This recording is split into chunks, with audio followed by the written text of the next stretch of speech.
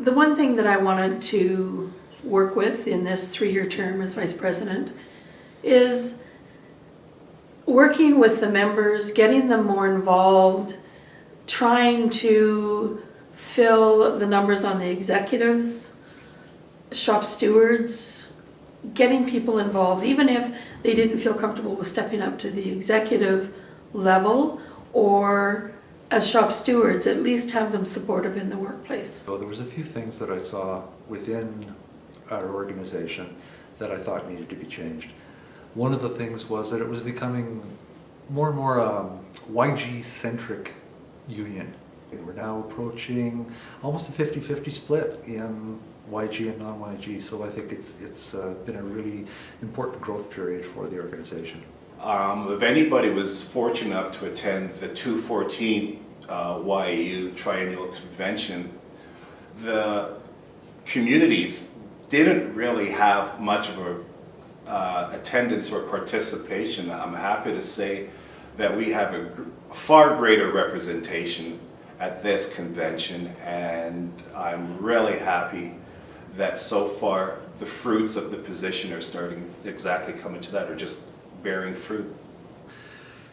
Prior to being elected, I worked as the second vice president for communities, doing it off the side of my desk in Dawson. So it was very apparent that there was a lot of work that needed to be done in communities. We now have a full-time paid position for a community vice president. So no one is no longer trying to do it off the side of their desk. That is their job. I think one of the things I realize is that you have to forge a relationship with people in the communities in order to establish a belief that you'll be there in the time of need, your accessibility, and your ability to see through the lens of somebody who doesn't have the ability to come in and talk to an advisor or an intake person at the time of stress. I've played hockey for a year, so I knew some people in some of these communities, but it's a whole different thing going into people's workplaces and talking to them about other stuff besides hockey, work-life balances, issues that mean a lot to them in terms of their professional lives. So the last thing that I noticed 6 years ago that I thought needed to be changed was the way that we educate our members. What we needed was some really homegrown education that we could take out to the communities, that we could customize for different locals, that we could brand our own. One of the things that I'm most proud of that we have done in the last 3 years is the hiring of that shop steward coordinator position. The person in that position has developed a lot of new training. We have offered support to the stewards. The stewards drop in, they have someone to talk to. We have other staff in here as well, of course, but that position specifically was looking at the training and getting shop stewards involved. And I'm really proud to say that we have more stewards that are active now than we did 3 years ago. So we started with small things like shop steward roundtables. We've expanded that into multiple day shop steward conferences, and again, customized education for a local to suit their needs. One of the most frustrating issues I find when dealing with the employer is that many times they haven't even read the collective agreement. They don't know what it says. And so we are supporting the collective agreement, we are abiding by it because it's a legal contract, and yet the employer tends to make up their own rules. Unfortunately, our members suffer because of that. The members then come to us and we have to go back and try and fix whatever has happened. I think one of the things that over the next 3 to 10 years kind of idea, the biggest challenges that we're going to face, number one, we have to recognize that we are not, although we do live in an isolated area, the Yukon is not this protected bubble. What we're starting to see already in negotiations is that we're following national trends. So when the federal government goes after sick leave, when the federal government goes after pensions, when the federal government goes after severance packages, those are the things that we're going to see in bargaining and already have started to see. We have to be very firm with that, We can't let that slide. I find that the employer often is trying to take away things like sick leave or special leave and feeling that they don't want to allow employees to have any leave. They don't want to increase wages, keeping up with the cost of inflation. And our employees have to be able to live, buy the groceries, pay the mortgage. So it is a big fight, and we're working hard to protect that for our members. Once collective agreements are attacked in those ways, the fallout from that filters down not just to the unionized workers, to all workers in the Yukon and all residents of the Yukon. The biggest success, I have to say, was the town of Watson Lake coming together. It was a very contentious situation in terms of the town being divided, and through basically information, meetings, communications through our own communications people in Whitehorse and our negotiator, we were able to win over the community. And that was huge. We find that a lot of our employees are in very precarious situations.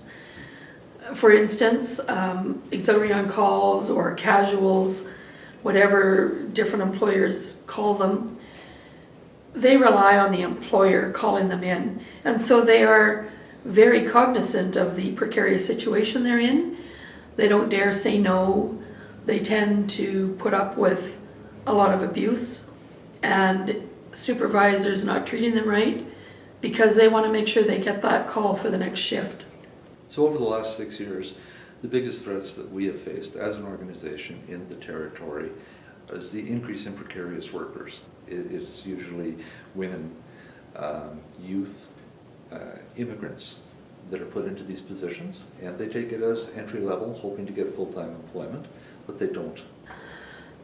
I think it's a travesty that AOCs, auxiliary on calls, do not get the same benefits as a full-time person. Many times our AOCs actually work more hours than a full-time person, but they're not getting a pension and they're not getting other things. So we keep trying to work to get all employees getting the same benefits. And of course the employer doesn't agree with that, and so they keep fighting. We haven't got it yet, but we're working at it. The reason that the employers are going this way is because it's cost effective for them to hold these people hostage in a precarious job. We have been really working to have our executives filled on all our locals and working with those locals once they go into those positions to offer training and support whatever is needed. One of the things that's being worked on is the production of a local handbook. That handbook will include what the local's role is, what the YEU, the components' role is, and how we work together.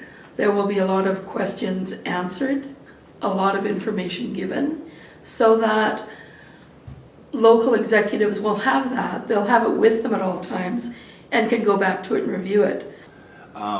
This position is unlike Whitehorse. You have to invest time with the people in order to get them to believe in the unions. And geography plays a big part in it. So you can't go into a community like Watson Lake and spend half a day and then leave. You'll probably have to be there for about 2 days, maybe 3 days, so you get as many people as you can and hear as many stories as you can. We also, as a union, have to look at who our activists are. Unfortunately, we're not getting the youth that we would like to have involved in the union.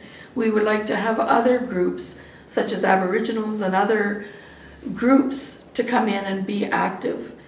We are seeing more bit by bit get involved, but we have to find the answers as to how to get out, get to the places to talk to people and get them involved. What is our hook, I guess you would say? What is going to interest them? So we recently did a survey of the membership. Unfortunately, we were only able to reach out to less than half of our members because those are the only people that we have personal contact information for. just think, if we could contact 75% or all of our members and get them behind us, that is my ask for the next 3 years from the membership. We've all got friends, families, and neighbors that are members of this union. We need to have some conversations, one-on-one conversations with them and get them on board, because with the full membership behind us, the things that we can do are limitless. We can't do this alone.